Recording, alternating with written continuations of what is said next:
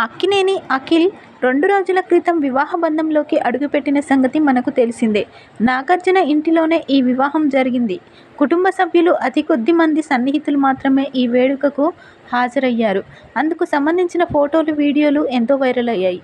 తాజాగా ఆదివారం అన్నపూర్ణ స్టూడియోస్లో వివాహ రిసెప్షన్ జరిగింది. దీనికి పలువురు సినీ, రాజకీయ ప్రముఖులు హాజరయ్యారు.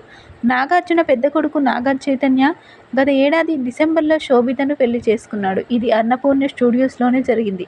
ఇప్పుడు అఖిల్ వివాహం నాగార్జున ఇంట్లో జరగగా, రిసెప్షన్ అక్కినేని ఫ్యామిలీకి చెందిన అన్నపూర్ణ స్టూడియోస్లోనే అంగరంగ వైభవంగా జరిగింది. ఈ వేడుకకు మహేష్ బాబు కుటుంబంతో సహా హాజరయ్యాడు.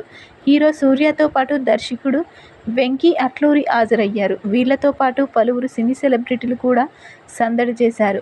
నాగార్జున చిన్న కొడుకు అఖిల్కి గతంలో శ్రియా భూపాల్ అనే అమ్మాయితో నిశ్చితార్థం జరిగింది. కానీ అది పెళ్లి వరకు వెళ్లలేదు. తర్వాత కొన్నాళ్లకు జైనబ్తో ప్రేమలో పడినట్లు తెలిసింది.